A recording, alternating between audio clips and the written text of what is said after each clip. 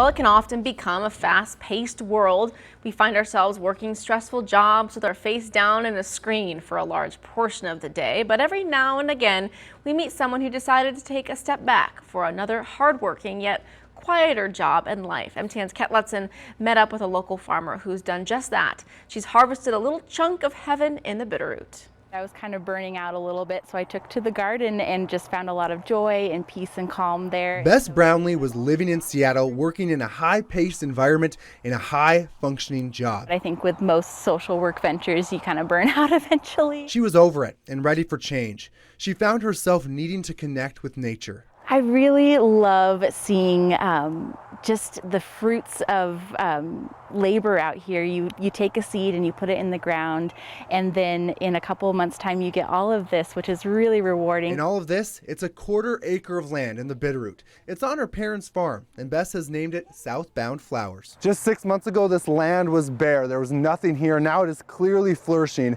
Bess has over 40 different flower varieties that she distributes locally. So I've connected with a really great local wholesale market here.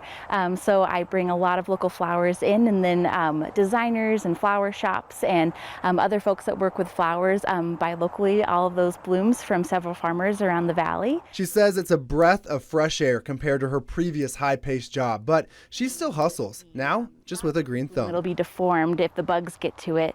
So since we don't spray the bugs, we put these little bags over all of them. She planned her garden to continuously produce beautiful flowers throughout the spring, summer, and fall. Our first flowers show up in early springtime with your tulips and your daffodils, in about late April, early May here in Montana, and then flowers keep going until we have frost in October typically. So you can have a variety of beautiful local flowers for a long span of time from last frost to first frost. She didn't just step into the garden with some seeds. Bess took a class and educated herself. She says she picks the brains of local farmers to continue to learn and grow.